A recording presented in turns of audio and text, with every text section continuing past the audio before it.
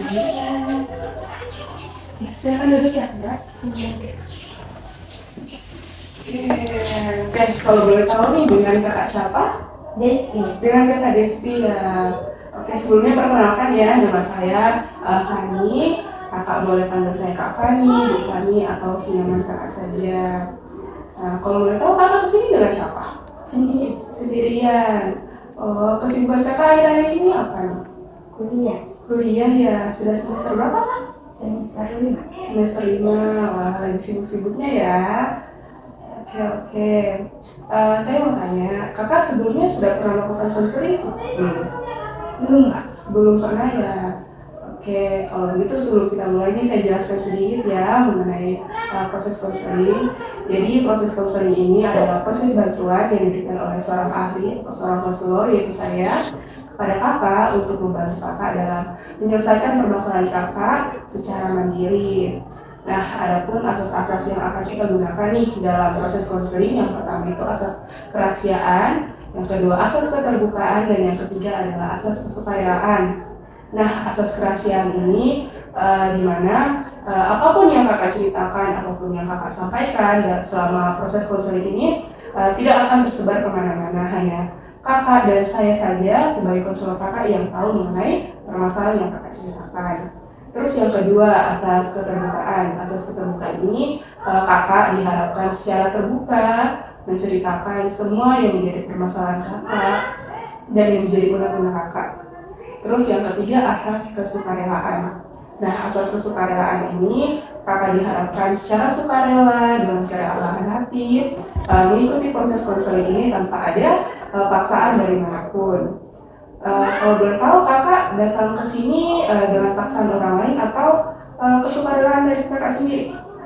Keinginan sendiri. Keinginan sendiri ya. Oke, syukur kalau begitu. Nah, itu tadi ya sedikit mengenai proses konseling. Nah, di sini saya mau memberitahu juga kalau dalam proses konseling ini kita dibatasi oleh waktu ya Kak. Waktunya itu sekitar 45 menit. Apakah waktu itu cukup? Iya Kak. Oke, kalau begitu sebelum kita mulai nih proses konselingnya, saya minta kakak untuk menyamankan nih posisi duduk kakak senyaman mungkin dan tarik nafas sedalam-dalamnya dan merilekskan diri kakak. Apakah sudah? Sudah Kak. Oke, kalau begitu boleh kakak ceritakan apa nih yang menjadi permasalahan kakak sehingga kakak datang ke saya? Itu sih Kak, saya sering merasa takut dan tidak berani. Oh, merasa takut dan tidak berani ya Kak? Boleh kakak jelaskan lebih lanjut perasaan takut dan tidak berani seperti apa sih yang kakak rasakan ini? Kayak mau tampil begitu Kak, kayak di kelas atau kayak tampil di depan umum. Perasaan takut dan tidak percaya diri ya saat mau tampil di kelas ataupun di depan umum. Boleh kakak ceritakan pengalaman kakak saat kakak tampil di depan kelas seperti apa sih itu? Saya malu kalau harus tampil di depan umum, kayak saya takut kalau yang saya tampilkan itu atau yang ini yang saya perlihatkan itu salah gitu. Jadi kakak merasa takut kalau apa yang kakak tampilkan nanti salah. Oh, seperti itu. Kalau begitu sebelum kakak memulai menampilkan itu, bagaimana sih perasaan kakak? Deg-degan, Bahkan sampai nangis gitu. sampai nangis ya kak. Oh, itu kira-kira kakak merasa seperti ini tuh dari kapan ya kak? Kelas 2 SMA. Kelas 2 SMA. Kira-kira apa nih yang melatar belakangi kakak merasa seperti itu? Itu sih Kak, tapi di awal kelas 2 SMA, masih semester 1 kelas SMA, saya masih sempat ini sih Kak tampil. Cuman karena setelah tampil itu ada beberapa orang yang saya tidak tahu dia memang tidak suka atau memang penampilan saya yang buruk, dia langsung ini memberikan ejekan, juga menghina bahwa apaan sih kayak gitu, penampilanku kayak ini mungkin tidak bagus. Itu kakak waktu kelas 2 SMA itu kakak menampilkan apa? Benar Kak? Oh menari ya, oh kakak waktu kelas 2 SMA menari ya? Oh jadi semenjak kakak diejek dan mungkin teman-teman kakak menghina penampilan kakak, kakak jadi merasa takut dan tidak percaya diri ya sampai sekarang untuk tampil di depan umum seperti itu. Iya. Kalau begitu, apakah ada bagaimana nih keadaan akademik kakak? Kan kakak sudah kuliah, pasti ada dong tugas-tugas di kampus kakak, tugas-tugas presentasi di kampus. Bagaimana perasaan kakak kalau kakak tampil di presentasi di kampus? Kalau tampil presentasi, saya masih melakukannya Kak, karena saya rasa itu kewajiban saya sebagai mahasiswa. Kakak merasa itu adalah kewajiban kakak sebagai mahasiswa ya? Iya. Tapi perasaan kakak saat tampil itu bagaimana? Masih sama sih Kak, ada perasaan takut juga, kemudian malu. Takut dan malu. Tapi menurut kakak penampilan kakak saat presentasi itu bagaimana? Atau bagaimana sih pandangan teman-teman kakak yang sekarang ketika kakak presentasi? Kalau kata teman-teman yang sekarang, menurut mereka penampilan saya itu sudah baik Kak. Sudah baik. Apakah kakak pernah mendengar apresiasi dari teman-teman kakak saat kakak presentasi? Atau mungkin selain presentasi, kayak mungkin kakak melakukan hal-hal lain yang di luar akademik, kakak pernah? Pernah Kak. Pernah ya, seperti apa itu? Itu Kak waktu beberapa waktu yang lalu itu saya sempat dipanggil untuk tampil menari di sebuah acara Kak. Oh, kakak dipanggil menari lagi ya di sebuah acara. Bagaimana nih perasaan kakak saat dipanggil menari? Awalnya saya menolak sama panitianya. Saya bilang saya takut, begitu saya malu untuk tampil lagi soalnya udah lama nggak tampil. Jadi awal-awal saya menolak, tapi tetap saya lakukan. Tetap kakak lakukan ya, wah kakak hebat sekali ya. Di luar dari kakak merasa tidak percaya diri, tapi ya kakak tetap melakukannya. Oh, sebelum kakak tampil, apakah kakak masih merasakan rasa takut dan rasa tidak percaya diri itu? Iya, apalagi begini saya tampil sama teman saya. Saya takut kalau saya buat kesalahan, terus setelah tampil nanti bukan cuma saya lagi yang dihina, tapi saya takut itu berimbas ke teman saya. Jadi kakak takut saat kakak melakukannya, bukan hanya kakak yang kena, tapi teman kakak juga ya. Iya, Tapi sudah selesai kan acaranya? sudah Kak. Sudah. Jadi bagaimana tanggapan teman-teman kakak mengenai penampilan kakak ini? Syukurnya mereka suka dan mengapresiasi bahwa apa yang saya tampilkan itu ada ini sesuatu yang menarik dan hal yang baru untuk mereka lihat. Seperti itu ya. Berarti dapat saya simpulkan dari sisi akademik tadi ya, kakak bilang kalau saat kakak selesai presentasi nih, teman-teman kakak mengapresiasi kakak bahwa presentasi yang kakak lakukan itu baik.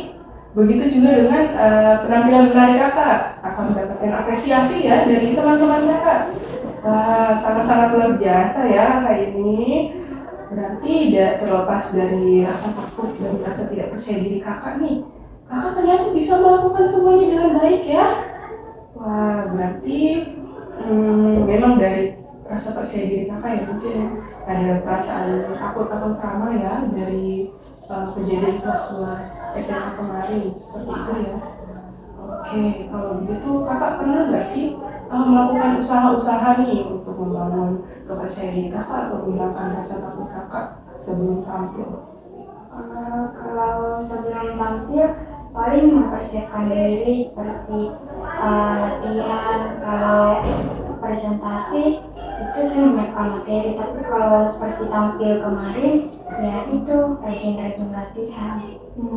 Jadi usaha yang kakak lakukan itu adalah latihan lebih ya kak? Iya. Sebelum-sebelumnya kakak pernah tidak melakukan apresiasi kepada diri kakak?